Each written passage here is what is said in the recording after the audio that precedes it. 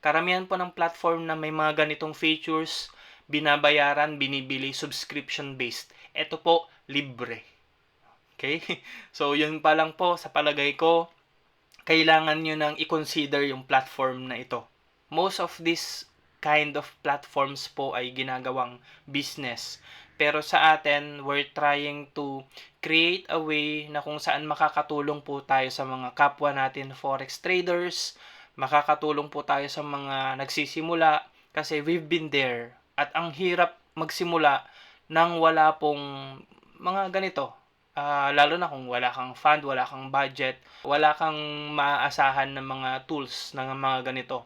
Mahihirapan po talaga tayo as a beginner forex trader. So, we're doing this for the sake of those who really are uh, deserving po na matuto, deserving po na kahit papaano kumita. No? So, I hope na mapanood nila ito. I hope na magamit po nila yung tool na ito, na yung platform na ito. Itong part po na to magpapakita sa atin ng mga limitations natin. Like for example, 2% yung nilagay ko. Makikita nyo, $5 yung automatic na nagpakita.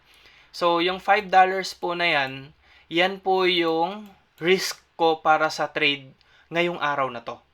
Meaning, kahit 10 yung trade ko, hindi dapat ako mag-exit. I-divide ko yung $5 na yan sa araw na to. Kung plano kong mag-trade ng 5, 3, whatever, kung isa lang, then I will only risk $5 for today.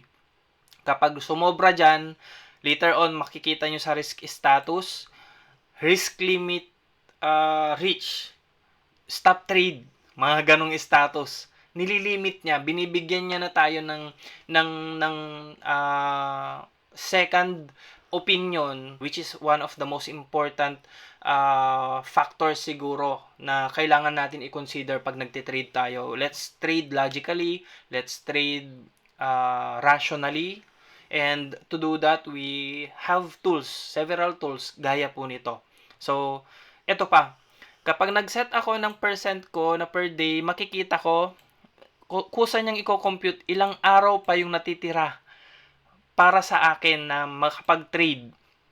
Alam ko kung ano yung development na mangyayari sa akin. Ito yung wala sa iba pang mga platform. Hindi ko alam kung ano yung essence ng pagsiset ng risk without this context, without these things showing me kung ano yung importance ng pagsiset na to visually. Para sa mga beginners, very important ito. Kaya natin nililimit yung mga risks para kahit papaano alam natin kung hanggang saan ba tayo.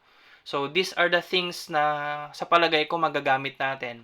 For this time, halimbawa, palitan natin ng 10%, tinaas natin yung risk. Pwede tayong mag-trade per day na at matalo ng $25, pero meron na lang tayong 10 days. Meron lang tayong 10 days para mag-trade with this risk. Nagigets nyo? It's very important to know na, okay, sa 10 days na to, dapat manalo ako. Sa 10 days na to, dapat, something like that. Depende na po sa atin. Magkakaroon tayo ng rationality na mas malinaw using this tool. So, halimbawa, sample, dyan pa lang po, meron din po tayo dito na record trades. Ibig sabihin, ito po yung performance na natin sa mga trades natin. Halimbawa, today is 15, nag-trade tayo kanina, nanalo tayo. Sabihin na natin, yay, panalo tayo. Nanalo tayo ng $20. So, just click add result. Makikita nyo na agad yung profit and loss status ninyo, $20, nare-record na po yan. Okay? So, mali yung date natin. So, i-edit natin yung date. Pumasok po siya sa December 2. So, to do that, may trade option po tayo sa baba. Makikita natin yung summary and risk monitor. Just click manage trades. Pwede po natin i-edit yan. Change the date. Today is 15. Yan. Then, just click save. Ayan. So, pumunta na siya sa 15. And, ito pa. Once na nagkakaroon po tayo ng record sa mga trading activities natin, nagdadagdag at nababawas na rin po yan sa current balance natin. As you can see, meron na rin po pala tayong nagiging automatic update sa mga visual analytics natin.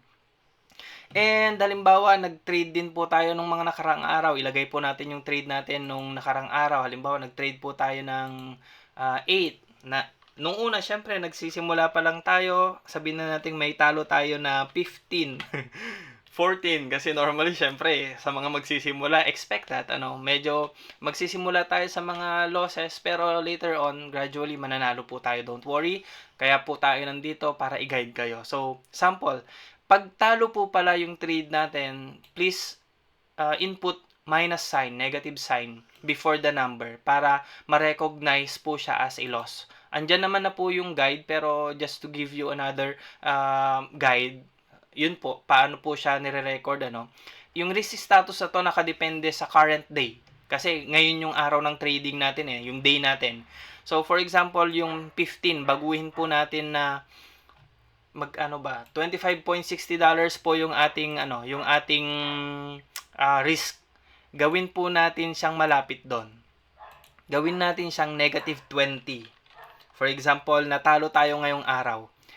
Okay? Napansin nyo, siguro hindi nyo nakikita yung mga colors. I-try natin. Baguhin yung kulay. Yan. Mapapansin nyo, risk limit hit. Sabi niya, heavy loss. Kasi nga, we've set our risk na $21 lang for today. At naka $20 na tayo na natalo. Kusa po itong update automatically, nagbibigay sa atin ng limit. This is very important sa pagtitrade. Para sa akin, ito na yung signal na tayo muna ako, labas muna ako, magkape muna ako, or just stop. Baka naman po talagang hindi para sa akin yung araw na to. And that's how rational traders work.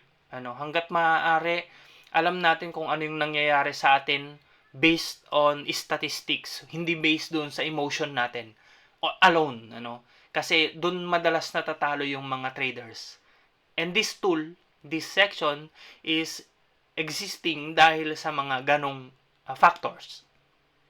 I hope na nakikita nyo na kung paano ito gumagana, paano ito nagpe-perform. So, again, para masaya naman, may panalo naman tayo ngayong araw na to. Sabihin na natin 15 po yung panalo natin. Ayan, magbabago po yan. Safe day. And as you can see, nagbibigay na po yan ng mga graphical or visual analytics. And if we will go back to the dashboard, andito na yung summary. Yan, nagkakaroon na po siya nagge-generate na siya ng kusa, nagge-generate na dyan, worst day, kailan yung pinaka natalo kang araw, best day, ilan yung average win, nagbibigay na rin po yan ng win rate kasi may dalawang trade tayo for now, isang panalo, isang talo, 50% win rate sa trade. This is just a very important section para sa mga traders na yung iba kasi binabayaran to, ang mahal. Next, we have the playbook.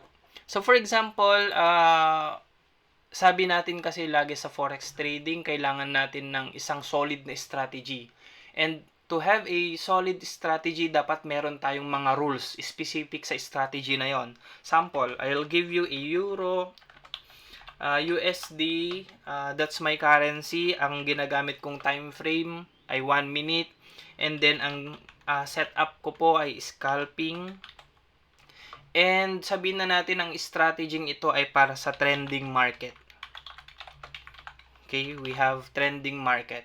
Just click that and add strategy. And each time na may nakalagay po dito, to establish and notes. So, halimbawa, kailangan kong makakita ng higher high and higher low, or sort of, kailangan ko ng, sample muna. Anyway, marami yan. Upward or downward. Pero wag nyo pong gayahin ito, specific dapat ito, kumpleto dapat ito. Pero for the sake of this demonstration kasi, at para hindi tayo masyadong maging mahaba, ito po, ganito po siya. Nagsiset po tayo kung ano mga ba yung mga kailangan nating rules para sa strategy na to. So, ano yung reminder? Halimbawa, avoid big news. So, big news. O kaya, do not trade kapag low volume. Halimbawa, low volume. Yan. Sample lang po itong mga to. So, now I have a checklist ng mga pwede kong rules during this trading strategy. Kapag ito yung gagamitin kong strategy. Let's try a day trading strategy. Day trading naman yung setup ko. At ang gagawin rin naman natin ay halimbawa ranging market para may sample pa rin naman tayo sa iba. Yan, just add strategy. So nakita nyo, pwede na naman kayong gumawa ng ibang mga rules, mag-set ng rules para sa strategy naman na ito. So, if you want to go back sa iba pang mga strategies natin, ayan, yung sample strategy ko na ginawa ko na, pwede po. Yan, pwede lang po nating piliin. And that's the reason why I mentioned na laging nakabukas itong section na to, itong area ng platform na to sa akin dahil I really play using these rules. I don't really trade without rules. Yun yung isa sa pinaka-importanteng kailangan na meron tayo as a trader. One thing is clear and I hope that this is also your realization. Ito po ay sobrang makakatulong po sa inyo as a forex trader. That's it. Kasi po, ito po ay kailangan po talaga natin.